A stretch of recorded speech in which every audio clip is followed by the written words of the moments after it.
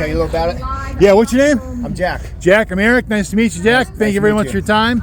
You bet. All right, so what do we got here, man? 1950 Mercury. Pretty much all original. It's frame off restoration on it.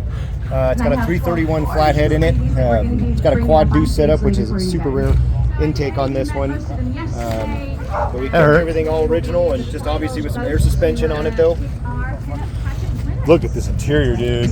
This is absolutely gorgeous freaking interior. Holy crap. And now, of course, the diamond in the setting. Ouch! Look at this. Polished all the brass radiators still.